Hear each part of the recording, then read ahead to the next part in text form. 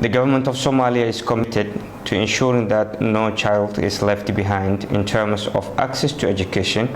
And in this regard, that as you know, that the country has been in trouble for the past 30 years, and this program has really supported mashruucan ardayda gaartay da'da waxbarashada ee aan aadin ayaa waxa ka faa'iideystay ku dhawaad 20,000 iyadoo laga fuliyay gobolada Gedo, Bay iyo Bakool iyo 52 iskuul oo ah dhisme ku meel gaar oo laga hirgeliyay gobolka Gedo kaas oo soo socday muddadii 5 sano la soo dhaafay waxaana maanta soo xiray Wasiiru-dowlaha wasaaradda waxbarashada dawladda Soomaaliya Cabdiraxmaan Maxamuud Cabdulla Jaabiri agaasimaha xirfadaha waxbarashada dadban ee wasaaradda waxbarashada xukuumadda federaalka Soomaaliya Cabdicasiis Nuur Maxamed ayaa faahfaahiyay kadib kulan aalada fogaan aragga ay ku yeesheen iyadoo sidoo kale ay ka qayb galeen agaasimayaasha waxbarashada dadban ee dawlad goboleedyada gobolka Banaadir iyo sidoo kale hay'adaha caalamka Soomaaliya ka taageera arrimaha waxbarashada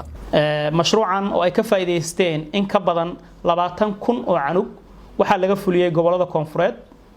gobolka Gedo oo laga soo boodgareynayay lagana dhisay konton iyo 2 iskuul oo laga dhisay dhismaha loo yaqaano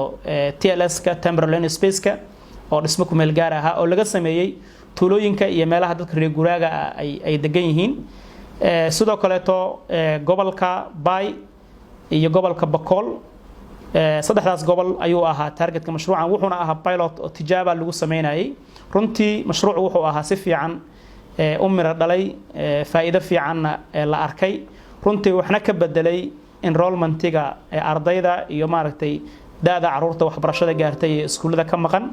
سياحيها وزير الدولة وزارة waxbarashada dawladda Soomaaliya Cabdiraxmaan Maxamuud Cabdulla Jaabiri oo soo xiray ayaa bogaaday barnaamijkan waxa lagu barayo ardayda fursadaha waxbarashada aan hor u helin waxa sharaf ii ah anoo ku hadlay magaca wasaaradda waxbarashada marka ugu horeysa inaan soo dhaweeyo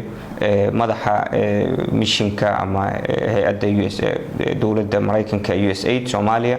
sidoo kale country director-ka UNICEF Soomaaliya iyo madaxda kale ee ka socota hay'adda USAID iyo UNICEF iyo madaxda kale ee barnaamijkan ka qayb qaatay